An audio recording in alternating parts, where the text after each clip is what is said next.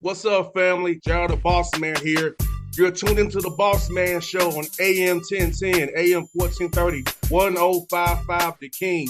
Let the King out at 105theking.com and the Bossman Show at bossmanshow.com. Hit me up on Instagram, The Bossman Show, Twitter at Bossman Show, and Facebook, Bossman Show. It's the Bossman on your radio. Listen to the Bossman Show with your host, JR, Saturdays at 9 a.m. right here on AM 1010, The King. What's up, good people? BetOnline is your number one source for all your betting needs. The latest odds, lines, and matchup reports for baseball, boxing, golf, and more.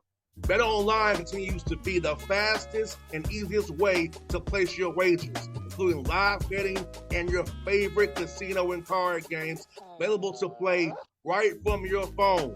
Head to the website or use your mobile device to sign up today and get in on the action. Remember to use your promo code BELIEVE, BLEAV, for your 50% welcome bonus on your first deposit. BetOnline, where the game starts. BS3 Network, changing the way you watch TV. Yes, BS3 Network, changing the way you watch TV, covering content and hot topics from A to Z, sports, music, society and culture, movie reviews, you name it, we have it. Check it out on bs3network.com or check us out on Roku, BS3 TV on Roku, as well as check out your favorite podcast on all podcast platforms or Spreaker.com/BS3 Network.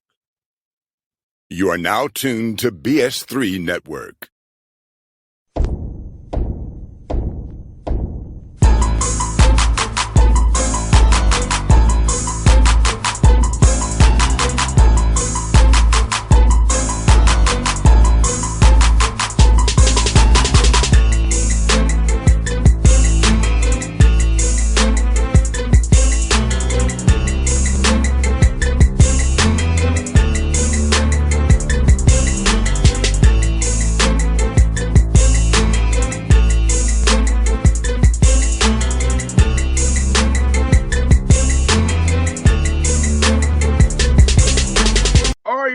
Back on the Bossman Show, we got something new for you here. It's the Queens Basketball Coaching Show with my man G. Grant Leonard out of A-Sun doing big things out there in Charlotte. You see his Queens gear looking nice over there. Good to see you, G. What's up, brother?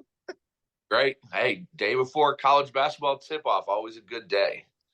Man, what you said, G, man. I also want to tell the listeners, man, you're a good friend of mine, so I wanted to make sure I help you out, man. Use this platform to help people know about what you're growing over there at Queens and how you go from D2 to D1 now to A-Sun, competing like heck right now. I want people to know about you, your story, and your team, man. That's why I want to do the show with you, man, so people know about how the cool guy who I know off there, too. I appreciate that.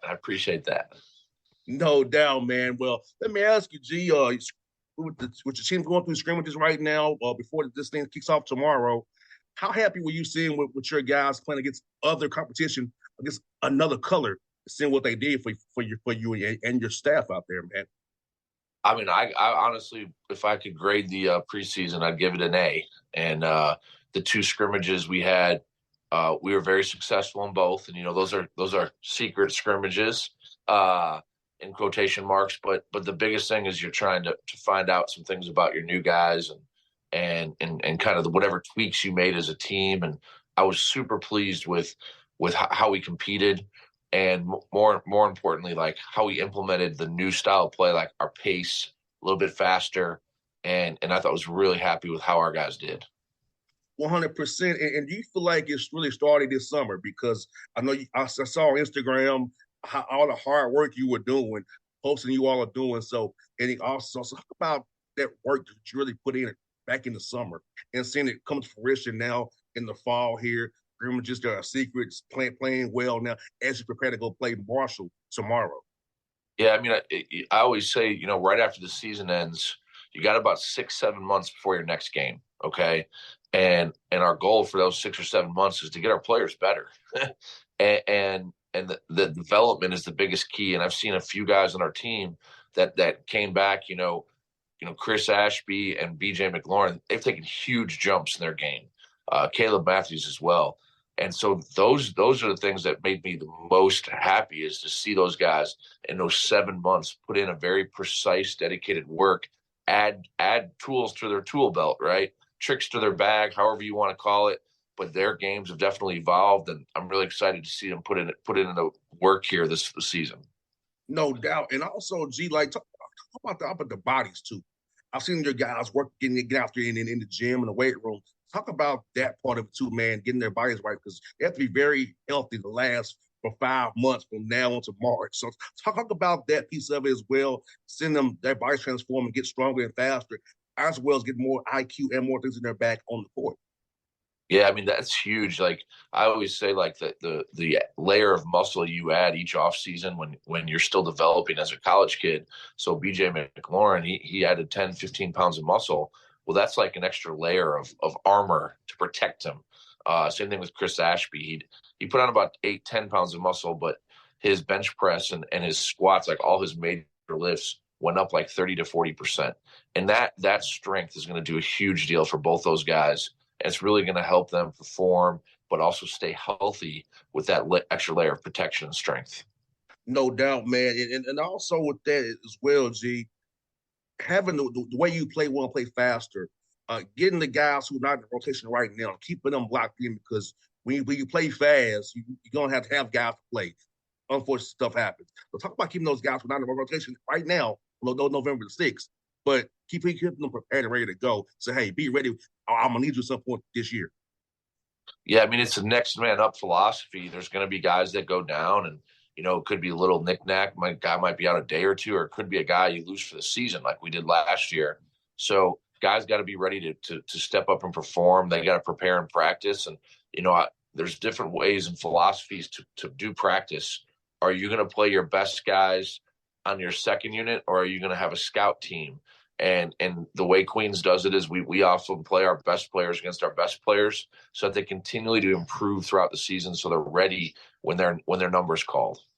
No doubt, because I feel like competition breeds people getting better. If your minutes aren't automatically penciled in, and you have to compete every day in practice, and we get into games and having your assignments on point, have get discipline with the game plan, know what you're doing, do the right things on off the court. I feel that breeds a great culture and a great environment to compete and win at a high level. Absolutely. Competition absolutely breeds improvement and competitive environment, so that you're ready when it does get ramped up. And we're a huge believer in that. We compete every day, and we'll even compete in game day shoot around. We'll have a few live possessions where we go at each other, and our guys know what it is. You got to be ready. No doubt, because I'll tell you this, you have to do off there privately until you in on the air. Like last year, your guys competed every freaking game. I watched it myself. It saw how you competed like crazy. So I feel like even last year with all the injuries you all had, being undermanned, the way your guys play to compete and play hard, it's like it was great to see, man. And I know that's what you're about. And seeing your guys attack the offseason the way they did, man, people should realize you're doing a heck of a job there. Last year, injuries and all, it won the game that your team is tapped out and quitting, which is something to be commended for, and your staff and your players. Yeah, I mean, it's part of the culture that was built here for years. It doesn't matter what we're doing. We're going to compete. You're trying to win that next drill. And we always ask our guys, what is the most important play of the game? It's the next play. What is the most important practice of the year? It's the next practice. And what is the most important game of the year? It's the next game. And so our guys understand they're going to attack it like that every day. And it's a next play, next game, philosophy.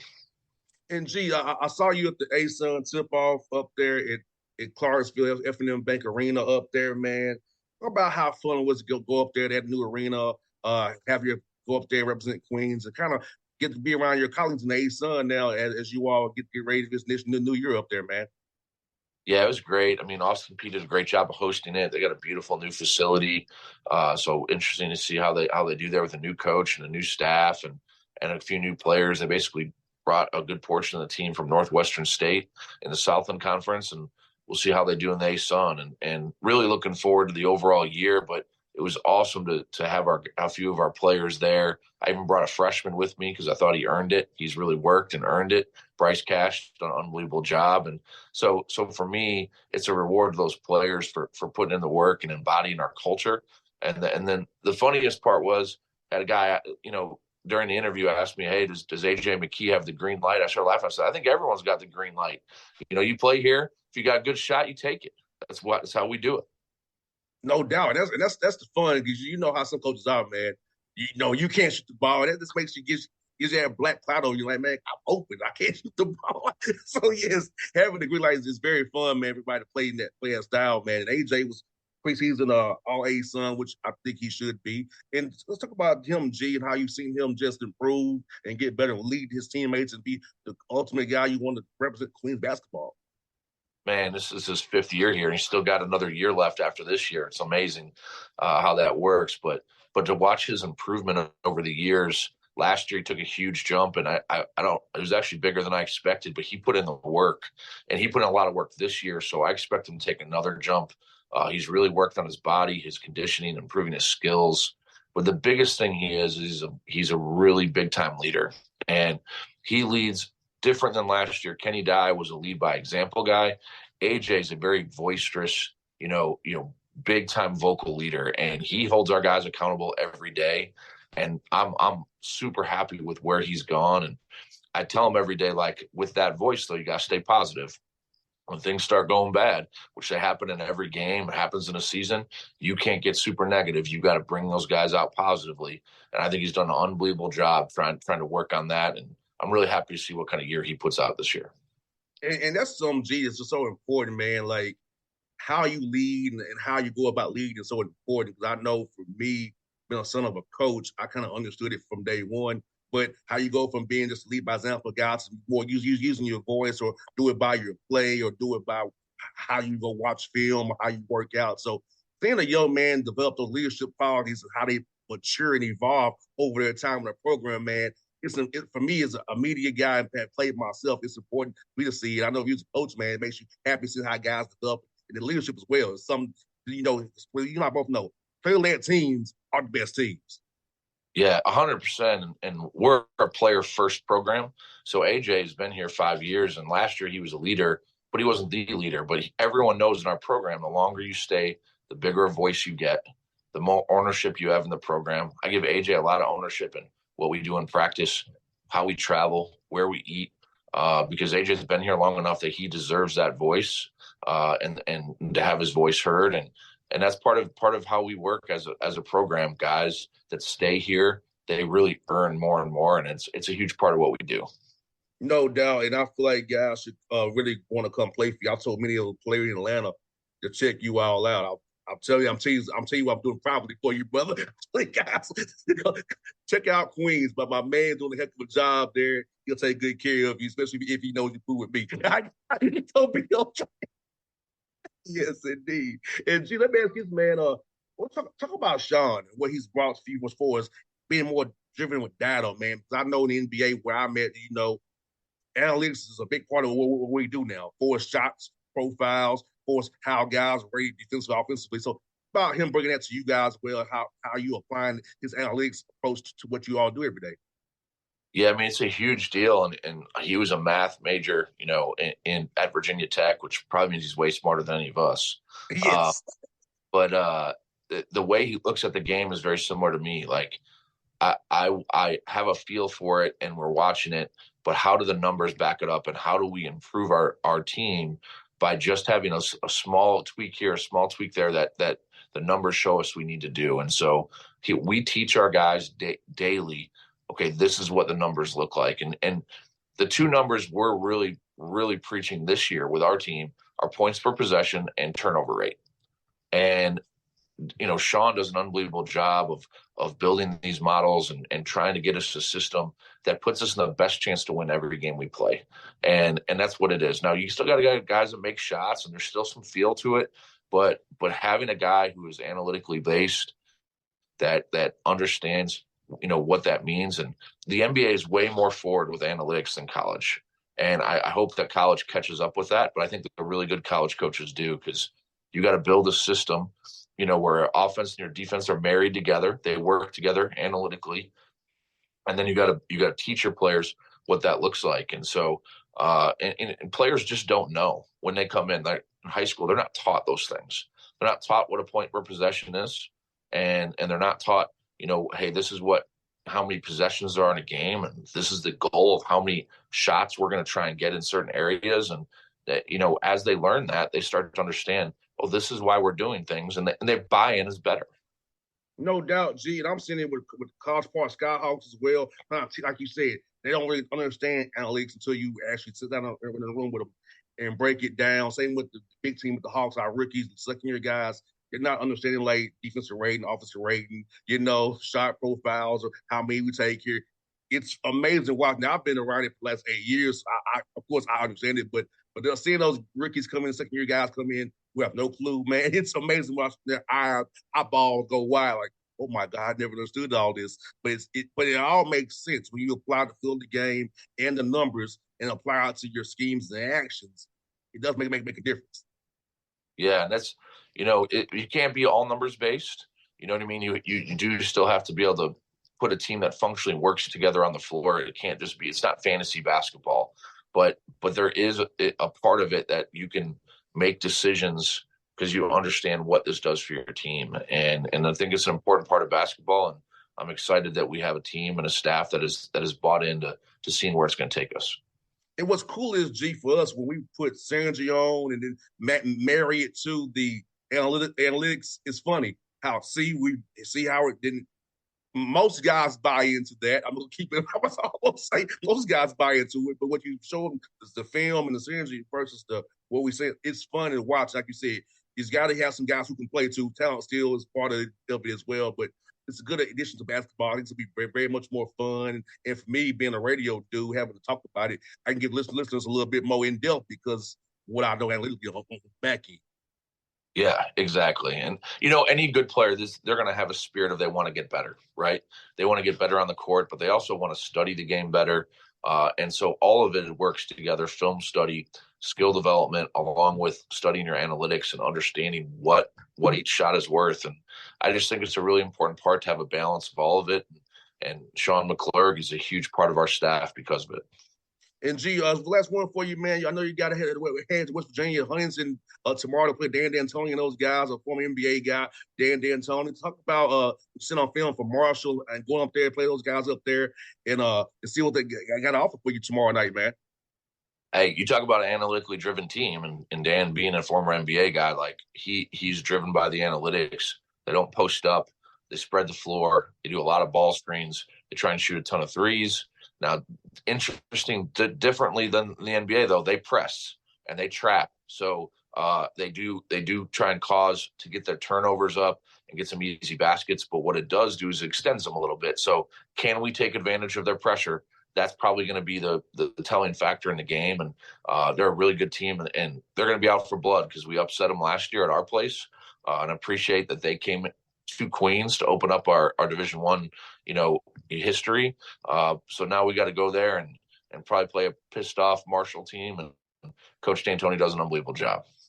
Well, G, we hope you get that win tomorrow night. We talk next Tuesday, man. It'll be very happy chat. We recap that game, man. But it's looking good always, brother. I'll be cheering for you, man. You know how it is with us, man. It's all love, brother. JR, you're the best, man. Appreciate you.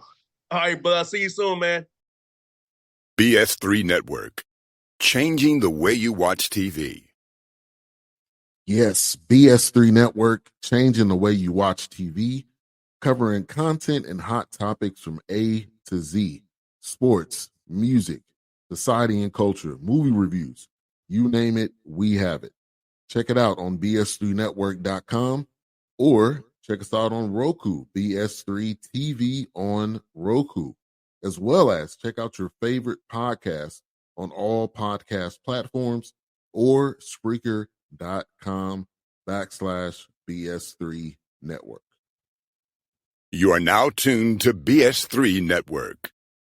What's up, good people? Bet Online is your number one source for all your betting needs.